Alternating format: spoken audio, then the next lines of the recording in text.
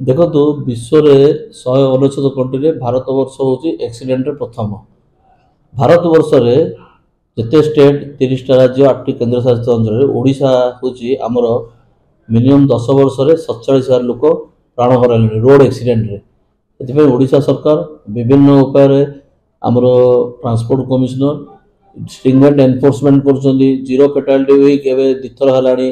1/4/23 ରୁ 7/4/23 ହେଇଥିଲା, ଏବେ 1/12/23 ରୁ 7/12/23 ହେଲା। ଦୁଇଟି ଜାଗାରେ ପୁରୀ ଜିଲ୍ଲାର ଗୋଟେ ଗୋଟେ ଡେଥ୍ ହେଇଥିଲା। ଲାଷ୍ଟ ଦିନ ହିଁ ଗୋଟେ ଡେଥ୍ ହେଇଥିଲା। ପୁରା ପୁରୀର 30ଟି ଥାନା ଅଞ୍ଚଳରେ ଆରଟିଓଙ୍କର ଟିମ୍ ସାଙ୍ଗରେ ମିଳିତ ଭାବରେ ପ୍ରତ୍ୟେକ ଥାନାକୁ ଆମେ ଚେକ୍ କରିଥିଲୁ। ପ୍ରତି ଥାନାରେ ମଧ୍ୟ ତାଙ୍କେ ଇଣ୍ଡିଭିଜୁଆଲ କରିଥିଲେ।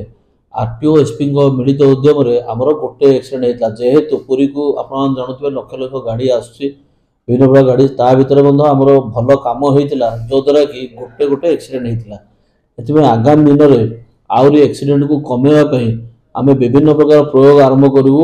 ଆସନ୍ତାକାଲିଠାରୁ ଜିଲ୍ଲାରେ ପ୍ରତ୍ୟେକ ଅଫିସକୁ ମଧ୍ୟ ଇନଷ୍ଟ୍ରକ୍ସନ୍ ଯାଇଛି ଯେ ପ୍ରତ୍ୟେକ ଅଫିସରେ ଲୋକ କାଲି ଡିଆର୍ଏସ୍ସି ମିଟିଂରେ ମୁଁ ପାସ୍ କରୁଛି, ପ୍ରତ୍ୟେକ ଅଫିସରେ ପ୍ରତ୍ୟେକ ଲୋକ ଏମ୍ପ୍ଲୟି ମାନେ ହେଲମେଟ୍ ପିନ୍ଧିକି ଆସିବେ। ଦ୍ୱିତୀୟରେ ଗାଡ଼ିରେ ପଛରେ ବସିଥିବା ଲୋକ ମଧ୍ୟ ହେଲମେଟ୍ ପିନ୍ଧିବାକୁ ବାଧ୍ୟ, under section 129 of MB act. ଆଉ ଆମେ 5ଟା ଜିନିଷ ଉପରେ ବେଶୀ ଗୁରୁତ୍ୱ ଦେଉଛୁ। ଫାର୍ଷ୍ଟ ୱାନ୍ ଇଜ୍ ଡ୍ରଙ୍କନ୍ ଡ୍ରାଇଭିଂ, ଯେଉଁଟାକି 185ରେ 10,000 ଟଙ୍କା ଫାଇନ୍ ଆଉ 3 ମାସ ପାଇଁ license suspend. Second one is using mobile phone while driving in a dangerous manner, 184C ରେ 5,000 ଟଙ୍କା 3 ମାସ ପାଇଁ license suspend. Third one is speed driving, ଯେଉଁଟାକି ଭୁବନେଶ୍ୱର ପୁରୀ ଭିତରେ ଆମର NH 316ରେ ସ୍ପିଡ୍ କିଲୋମିଟର 80 km/h ରଖାଯାଇଛି। ଆଉ ଆପଣ କୋଣାର୍କ ରୁଟ୍ରେ NH 316ରେ 60 km/h ରଖାଯାଇଛି। ତାଠୁ ଯେଉଁ ଗାଡ଼ି ହେଲା ଇଣ୍ଟରସେପ୍ଟର ଭେହିକଲ୍ ଡିକ୍ଟେଟ୍ କଲେ 7,000 ଟଙ୍କା ଫାଇନ୍ ହେବ। 5,000 ହେଉଛି ଲାଇସେନ୍ସ ପାଇଁ ଆଉ 2,000 183(1). ଆପଣ ଲାଇସେନ୍ସଟା ଆଣିକି ଅଫିସରେ ପ୍ରଡକ୍ସନ୍ କରିବେ କି ମେଲ୍ରେ ପଠାଇଲେ 5,000 ଟଙ୍କା କଟିଯିବ। ଲାଇସେନ୍ସଟା 3 ମାସ ପାଇଁ ସସ୍ପେଣ୍ଡ ହେବ, 2,000 ଟଙ୍କା ଫାଇନ୍ ହେବ। ସ୍ପିଡ୍ ଡ୍ରାଇଭିଂ ଗଲା। Fourth one is caring passenger in goods vehicle.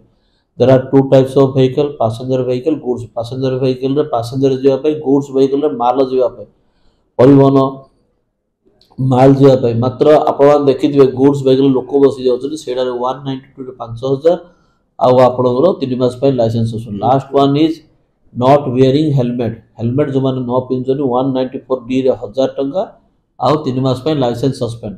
ମାତ୍ର 1/12ରୁ ଆମର ପୁରୀ ଜିଲ୍ଲାରେ ପଛରେ ବସିବା ଲୋକକୁ ଆରମ୍ଭ କରିଥିଲୁ, କୋହଳ କରିଥିଲି, ଆୱାରନେସ୍ କରିଥିଲି। ଏବେ 1/1/24ରୁ ସେଟା କଡ଼ାକଡ଼ି ଭାବେ ପାଳନ ହେବ। ଆଗାମୀ ଦିନରେ 7 ତାରିଖ ଆୱାରନେସ୍ କରିବୁ। 7 ପରେ ଚେକିଂକୁ କଡ଼ାକଡ଼ି କରାଯିବ। ମିଳିତ ଆରଟିଓ ଓ ପୋଲିସଙ୍କ ମିଳିତ ଉଦ୍ୟମରେ ଚେକିଂ କରାଯିବ। ସେଥିପାଇଁ ମୋର ପୁରୀର ସମସ୍ତ ପୁରୀ ଜିଲ୍ଲାବାସୀ, ପୁରୀ ଟାଉନର ସମସ୍ତ ଭାଇ ଭଉଣୀ ସମସ୍ତଙ୍କୁ ମୋର ଅନୁରୋଧ, ଆମେ ସମସ୍ତେ ନିୟମକୁ ମାନି ଚଳିବା, ଟ୍ରାଫିକ୍ ନିୟମ ମାନି ଚଳିବା। 2 ଚକିଆ ଗାଡ଼ିରେ ଗଲାବେଳେ ହେଲମେଟ୍ ନିଶ୍ଚିତ ଭାବରେ ପିନ୍ଧିବା, 4 ଚକିଆ ଗାଡ଼ିରେ ଗଲାବେଳେ ସିଟ୍ ବେଲ୍ଟ ବାନ୍ଧିବା।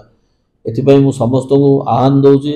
ଆଉ ସବୁ ମିଡ଼ିଆ ଭାଇମାନଙ୍କୁ ସମସ୍ତଙ୍କୁ ମୁଁ କହୁଛି ଏ ଜିନିଷଟା ସବୁ ପ୍ରତ୍ୟେକ ଲୋକ ପାଖରେ ପହଞ୍ଚୁ ଯେ ଆମେ ସଚେତନ ହେବା। ଆଗାମୀ ଦିନରେ ପୁରୀ ଜିଲ୍ଲାକୁ ଏକ ଦୁର୍ଘଟଣା କମ୍ ଜିଲ୍ଲା ଭାବେ ପରିଗଣିତ କରିପାରିବା।